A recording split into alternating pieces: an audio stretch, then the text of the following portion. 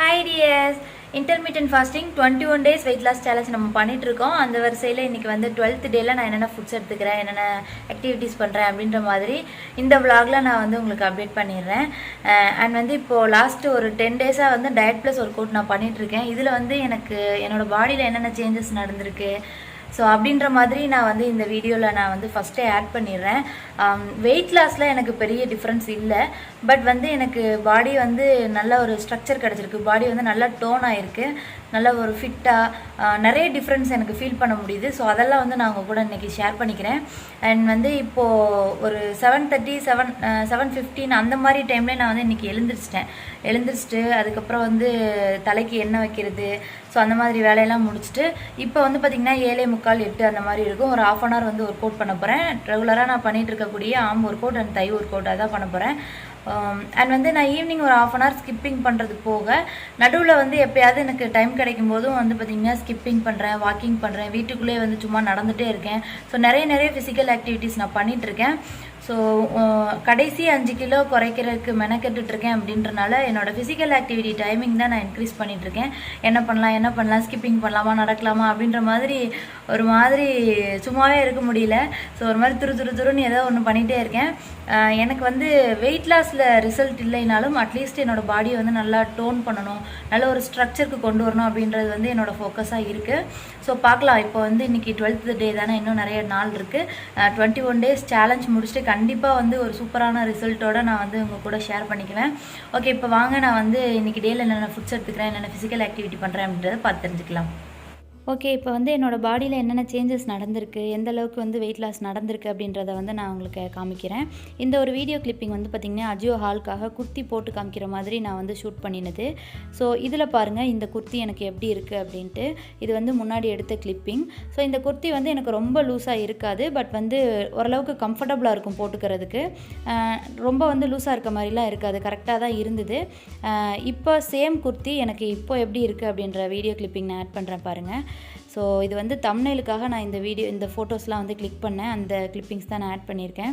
So இந்தளவுக்கு நல்ல லூஸாக இருக்குது. எனக்கு வந்து இந்த குர்த்தி சேம் குர்த்தி தான், நைட்டி மாதிரி இருக்குது, நல்லா இன்ச்லாஸ் ஆகிருக்கு, ஹிப் கிட்ட அந்த வெயிஸ்ட் லைன்லாம் நல்லா ஒடுங்கியிருக்கு, ரொம்ப நல்ல லூஸாக இருக்குது ட்ரெஸ்ஸு இந்த சேம் குர்த்தி. ஸோ அந்த அளவுக்கு வந்து எனக்கு இன்ச்லாஸ் நடந்திருக்கு, ஃபேட் லாஸ் நடந்திருக்கு, வெயிட் லாஸ் நடந்திருக்கு. ஸோ அதே குர்த்தி இப்போ எனக்கு எப்படி இருக்குது அப்படின்றத பார்த்துருப்பீங்க. ரீசன்ட் பிக் ஆட் பண்ண சொன்னீங்க, அதனால தான் நான் ஷேர் பண்ணேன். ஓகே, இப்போ வந்து இந்த டேயில் என்னோடய ஒர்க் அவுட் கிளிப்பிங்ஸ்லாம் நான் ஆட் பண்ணியிருக்கேன். ஆர்ம் ஒர்க் அவுட்டும் தை ஒர்க் அவுட்டும் 2 செட் பண்ணியிருந்தேன். ஒரு ½ hour பண்ணியிருந்தேன். ஒர்க் அவுட் முடிச்சுட்டேன். டெய்லி பண்ணுற அதே தான், ஆர்ம் ஒர்க் அவுட்டும் தை ஒர்க் அவுட்டும் 2 வாட்டி பண்ணியிருக்கேன். தை ஒர்க் அவுட் வந்து 2 டைமாக பண்ணியிருக்கேன்.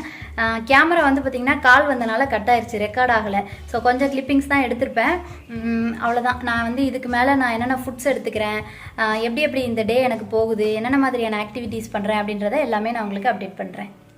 ஓகே, இப்போ என்னோடய பிரேக்ஃபாஸ்ட் என்ன எப்படி ப்ரிப்பேர் பண்ணியிருக்கேன் அப்படின்றத காமிக்கிறேன். கருப்பு கொண்டக்கடலை முன்னாடி நாள் நைட்டே வந்து ஊற வச்சுருந்தேன், காலையில் வந்து வேக வச்சு வடித்து எடுத்திருக்கேன். இதில் வந்து வெங்காயம், கொஞ்சம் குடமிளகா அண்ட் வந்து கொத்தமல்லி எல்லாமே குட்டி குட்டியாக நறுக்கி தூவி விட்டுருக்கேன். அண்ட் வந்து கொஞ்சமாக தேங்காய், ரொம்ப ஆட் பண்ணல, கொஞ்சமாக. ஸோ இதில் வந்து மிச்சமான ஸ்வீட் கார்ன் வந்து ஃப்ரிட்ஜில் இருந்தது, ஸோ அதையும் வந்து லைட்டாக ஆட் பண்ணியிருக்கேன். 1 ஸ்பூன் அளவுக்கு பெப்பரு அண்ட் வந்து கொஞ்சமாக சால்ட்டு. அவ்வளோதான், கருப்பு கொண்ட கடலை சேலட் வந்து ரெடி ஆயிடுச்சு. இது வந்து உங்களோட சாய்ஸ் தான், நீங்கள் எப்படி வேணால் ப்ரிப்பேர் பண்ணிக்கலாம். நான் வந்து என்னோடய டேஸ்ட்டுக்கு தகுந்த மாதிரி ப்ரிப்பேர் பண்ணிக்குவேன். தேங்காய் போடாமல் நீங்கள் வந்து கேரட் கூட துருவி போட்டுக்கலாம்.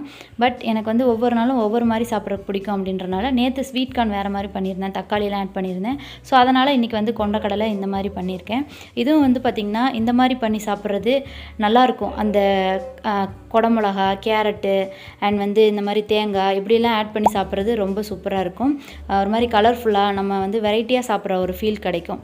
அண்ட் இந்த மாதிரி வெஜிடபிள்ஸ் ஆட் பண்ணி சாலட்ஸ் எடுத்துக்கிறது, இந்த பயிறு வகைகள்லாம் வேக வச்சு சாப்பிட்றது, இதெல்லாம் வந்து வெயிட் லாஸில் இருக்கிறவங்களுக்கு ஒரு ஹெல்தி ஆப்ஷனும் கூட. ஸோ எனக்கு இந்த மாதிரி சாப்பிட்றதுக்கு ரீசெண்ட் டேஸில் ரொம்ப பிடிச்சிருக்கு. மணிக்கணக்காக வந்து ஸ்பெண்ட் பண்ணி ப்ரிப்பேர் பண்ணாமல் ஜஸ்ட்டு சும்மா வேக வச்சு சாலட்ஸ் மாதிரி பண்ணி சாப்பிட்றது பிடிச்சிருக்கு. ஓகே, இப்போ வந்து என்னோடய லஞ்ச் என்ன இந்த டேயில் அப்படின்றத காமிக்கிறேன். லஞ்சுக்கு வந்து இந்த டேயில் நான் வந்து ரைஸ் எடுக்கலை, ஒன்லி வெஜிடபிள்ஸ் மட்டும்தான் எடுத்திருக்கேன். குடமிளகா எக்கு போட்டு அத்தை வந்து ஸ்க்ராம்பிள் பண்ணி வச்சுருந்தாங்க.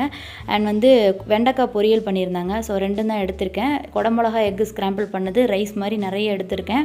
அண்ட் அதுக்கு தொட்டுக்கிறதுக்கு மாதிரி நான் வந்து வெண்டைக்காய் பொரியல் கொஞ்சமாக எடுத்திருக்கேன். ஏன்னா வெண்டைக்காய் பொரியலில் கொஞ்சம் ஆயில் அதிகமாக ஆட் பண்ணியிருந்த மாதிரி இருந்தது. ஸோ அதனால் அளவாக எடுத்துக்கிட்டேன்.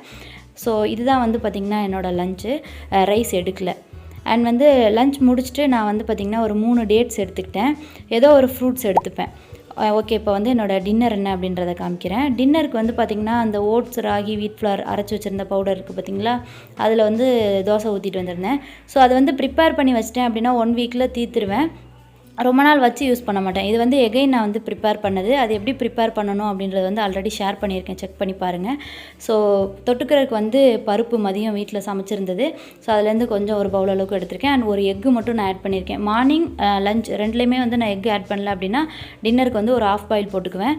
ஸோ அதுதான் வந்து நான் சாப்பிட்டுட்ருக்கேன். கடைசி நேரத்தில் தான் நான் வந்து டின்னர்லாம் எடுத்துப்பேன். ஒரு 6:45, 6:50 அந்த மாதிரி கரெக்டாக வந்து அந்த 7 மணி முடிகிறதுக்குள்ளே வந்து சாப்பிட்டு முடிச்சிருவேன். ஏன்னா ரொம்ப 6 மணி 6:30 அந்த மாதிரிலாம் சாப்பிட்டோம் அப்படின்னா நைட்டு கொஞ்சம் சீக்கிரமாக பசிக்குமோ என்னமோ அப்படின்ட்டு பயத்திலே நான் வந்து கொஞ்சம் லேட்டாக சாப்பிடுவேன். But 7 money முடிகிறக்குள்ளேயும் சாப்பிட்ருவேன். டைம் என்ன அப்படின்னு பார்த்தீங்கன்னா 8:30 இருக்கும். நான் வந்து சாப்பிட்டு முடிச்சுட்டு அதுக்கப்புறம் தான் இந்த வீடியோ நான் ஷூட் பண்ணிகிட்ருக்கேன். என்னோடய ஃபீடிங் விண்டோ க்ளோஸ் ஆகிடுச்சு. நான் ஏன் வந்து இந்த டேஸில் நான் பண்ணின ஃபிசிக்கல் ஆக்டிவிட்டீஸ்லாம் பெருசாக கவர் பண்ணல அப்படின்னு பார்த்தீங்கன்னா, காலையில் வந்து நான் ஒர்க் அவுட் பண்ண ஆரம்பிக்கும் போது ஒரு ஃபோன் கால் வந்தது. வீடியோ வந்து கட் ஆயிடுச்சு. எகைன் வந்து நான் ஷூட் பண்ணிவிட்டு ஆன் பண்ணி வச்சுட்டு நான் வந்து ஒர்க் அவுட் பண்ணேன். அப்போயும் வந்து பார்த்திங்கன்னா மறுபடியும் ஒரு கால் வந்து கட் ஆயிடுச்சு. ஸோ வந்து காலையில் ஒர்க் அவுட் வந்து என்னால் பெருசாக ஷூட் பண்ண முடியல. நான் அப்படியே விட்டுட்டேன். அப்படியே நான் ஒர்க் அவுட் முடிச்சுட்டு அதுக்கப்புறம் வந்து மற்ற வேலைகள் பண்ண ஆரம்பிச்சிட்டேன். அண்ட் வந்து பார்த்திங்கன்னா இன்றைக்கி ஈவினிங் தான் நான் குளித்தேன். ஈவினிங் வந்து இன்றைக்கி ஃப்ரைடேன்றனால காலையில் நான் குளிக்கல. ஈவினிங் தான் ஹேர் வாஷ் பண்ணியிருந்தேன். காலையில் வந்து இன்றைக்கி ஒரு வீடியோ நான் வந்து எடிட் பண்ணி போஸ்ட் பண்ணிட்டேன். அந்த வீடியோ ஷூட் பண்ணுறது, எடிட் பண்ணுறது, அந்த வேலையெல்லாம் பண்ணிட்டு இருந்தேன். அப்படின்றனால காலையிலேயே குளிக்கல. அண்ட் மற்ற விஷயங்கள்லாம் பெருசாக வந்து நான் அவங்க கூட டிஸ்கஸ் பண்ணல. அந்த வீடியோவே கான்சென்ட்ரேட் பண்ணி நான் வந்து போஸ்ட் பண்ணிட்டேன். அதுக்கப்புறம் ஈவினிங் தான் நான் வந்து ஹேர் வாஷ் பண்ணிட்டு வந்துட்டு சாமி கும்பிட்டுட்டு நான் என்னோடய டின்னருக்கு வந்து ரெடி பண்ணிட்டு இருந்தேன். ஸோ வந்து நான் ஈவினிங் ஸ்கிப்பிங் பண்ணதும் வந்து பார்த்திங்கன்னா வீடியோ ஷூட் பண்ணல. பட் மற்ற டேஸ் விட கம்பேர் பண்ணும்போது இந்த டேயில் நான் அதிகமாகவே ஃபிசிக்கல் ஆக்டிவிட்டி பண்ணியிருக்கேன். பட் நான் உங்களுக்கு இந்த விளாகில் நான் கவர் பண்ணல. அதை வந்து நான் உங்களுக்கு தெரியப்படுத்தணும்னு நினச்சேன். காலையில் வந்து பார்த்திங்கன்னா ஒர்க் அவுட் பண்ணியிருக்கேன். அண்ட் இடையில நான் வீடியோ எடிட் பண்ணும்போது மொபைலில் தான் எடிட் பண்ணுறேன். அப்படின்றப்ப எடிட் பண்ணிக்கிட்டே நடந்துகிட்டே இருந்தேன். ஸோ ஒரு இடத்துல உட்காந்து எடிட் பண்ணல, படுத்து நார்மலாக வந்து ரெகுலர் டேஸில் நான் வந்து ஒரு 1 hour வந்து படுத்திருப்பேன். தூங்கலைனாலும் அட்லீஸ்ட் ஒரு 1 hour பெட்டில் படுத்திருப்பேன். படுத்துக்கிட்டே தான் வந்து மொபைல் நோண்டுவேன். பட் இன்றைக்கி வந்து பார்த்திங்கன்னா ஒரு நிமிஷம் கூட நான் வந்து பெட்டில் படுக்கல. டே டைமில் மொபைல் நோண்டிக்கிட்டே நடந்துகிட்டே இருந்தேன். அண்ட் வந்து ஈவினிங் வந்து ஹேர் வாஷ் பண்ணிட்டு வந்துட்டு நல்லா காய வச்சுட்டு எகைன் வந்து ஸ்கிப்பிங் பண்ணி தலையெல்லாம் வேற திருப்பி வேர்த்துருச்சு. இங்கே பாருங்கள் எப்படி ஆயிடுச்சுன்னு. குளிச்ச மாதிரி ஒரு ஃப்ரெஷ் ஃபீலே இல்லை. ஸோ அந்தளவுக்கு வந்து இன்றைக்கி ஃபிசிக்கல் ஆக்டிவிட்டி அதிகமாகவே பண்ணியிருக்கேன். அண்ட் வந்து டின்னரும் வந்து முடிச்சிட்டேன். என்ன டின்னர் அப்படின்றத வந்து இதுக்கு முன்னாடி வீடியோ கிளிப்பிங் நான் இன்க்ளூட் பண்ணியிருப்பேன். இந்த டே வந்து பார்த்திங்கன்னா எனக்கு இப்படி தான் போச்சு. டயட்டை விட நான் வந்து ஃபிசிக்கல் ஆக்டிவிட்டியில் ஃபோக்கஸ் அதிகமாக பண்ணுறேன் அப்படின்றத உங்களுக்கு தெரியப்படுத்தணும் அப்படின்றத நான் வந்து ஆசைப்பட்டேன்.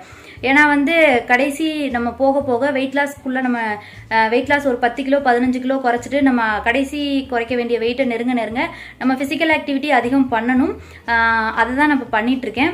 ஆனாலுமே வந்து பார்த்திங்கன்னா எனக்கு வெயிட் லாஸ் அப்படின்றது வந்து அதிகம் நடக்கலை இந்த 10 டேஸில்.